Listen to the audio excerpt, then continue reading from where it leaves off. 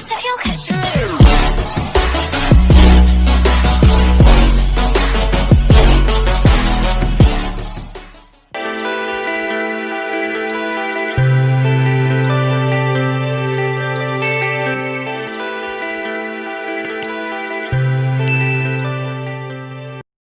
नमस्कार। इसके पहले आप परिमेय संख्याओं के बारे में मिडिल स्कूल में अच्छे तरीके से समझ चुके हैं, जान चुके हैं। मैंने भी आपको इसके पहले के वीडियो में परिमेय संख्याओं के बारे में अच्छे समझाया है। अब आज हम परिमेय संख्याओं से संबंधित कुछ और सवाल लेते हैं जो कि प्रश्नावली 2.1 से है। तो प्रश्नावली 2.1 से हम पहला सवाल लेते हैं। 4/7 व 5/7 के बीच 5 परिमेय संख्याएं ज्ञात करें। जब हमें परिमेय संख्याओं के बीच, दो परिमेय संख्याओं के बीच अन्य परिमेय संख्या ज्ञात करना है तो इसके बहुत सारे तरीके हैं, जिसमें हम असंख्य संख्याएं ज्ञात कर सकते हैं उनके बीच में। तो उसके सरल तरीके हैं कि उनको तुल्य भिन्न के रूप में पहले ले लेते हैं, तुल्य भिन्न निकाल कर उसके बाद बीच की संख्याएं ज्ञात करेंगे। अब जैसे हमको यहाँ पर 5 परिमेय संख्या ज्ञात करना है तो हम क्या करेंगे, 6 से गुना करेंगे।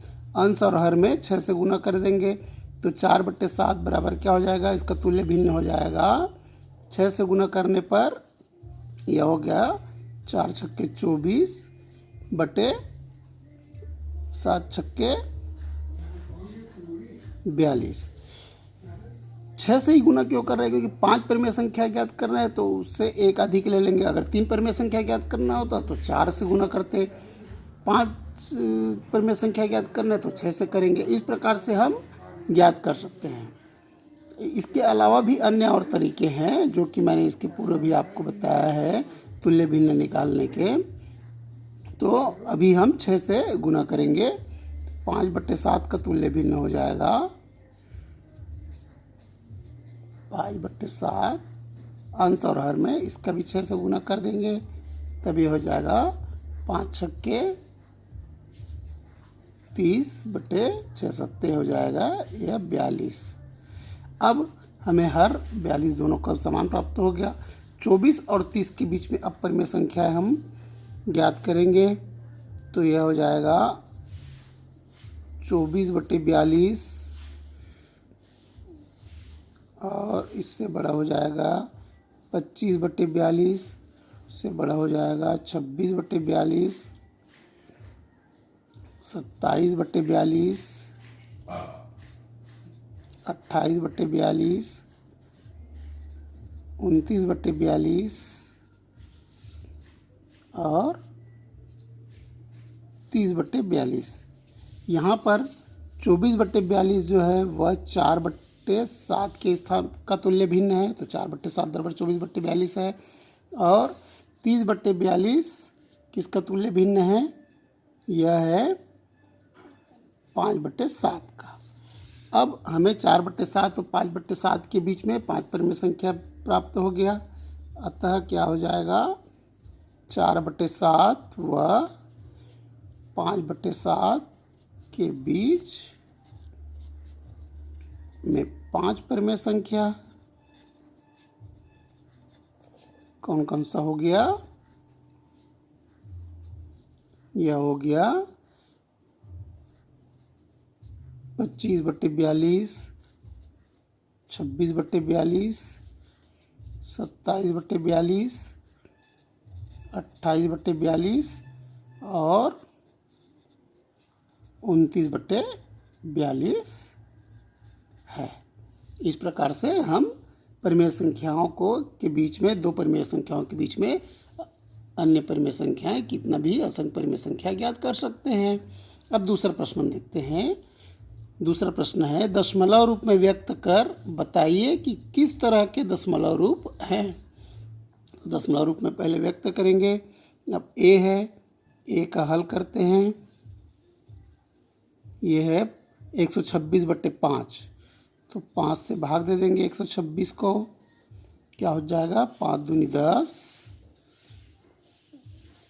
2 बच गया, 6 उतार लेंगे, 5 पंचे 25, 1 बचा, शून्य उतारेंगे, दशमलव लगाएंगे, शून्य उतारेंगे, 5 दूनी 10, अतः यह पूरा पूरा भाग चला गया। इसका अर्थ यह है कि यह क्या है, 25.2 क्या है, एक शांत दशमलव है।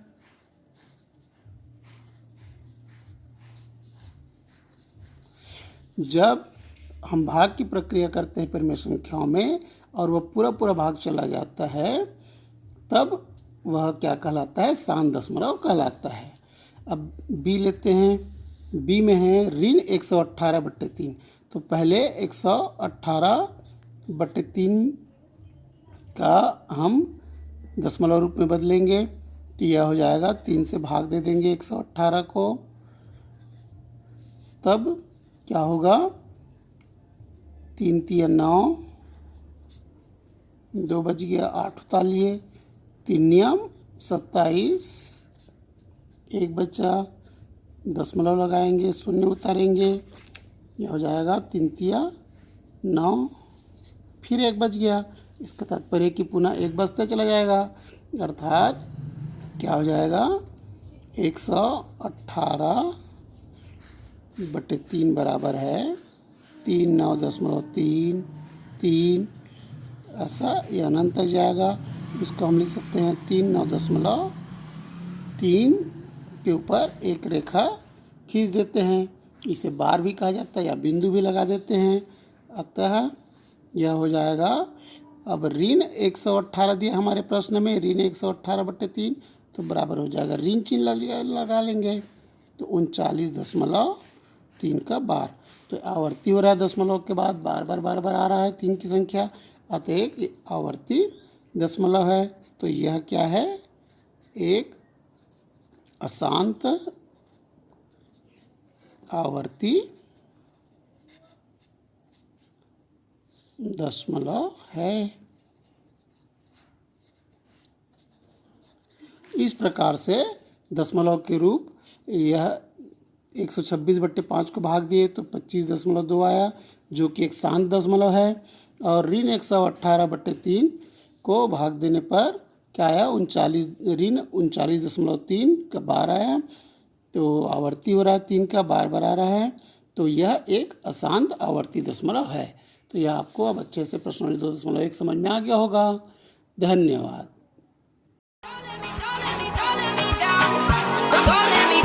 Don't let me down.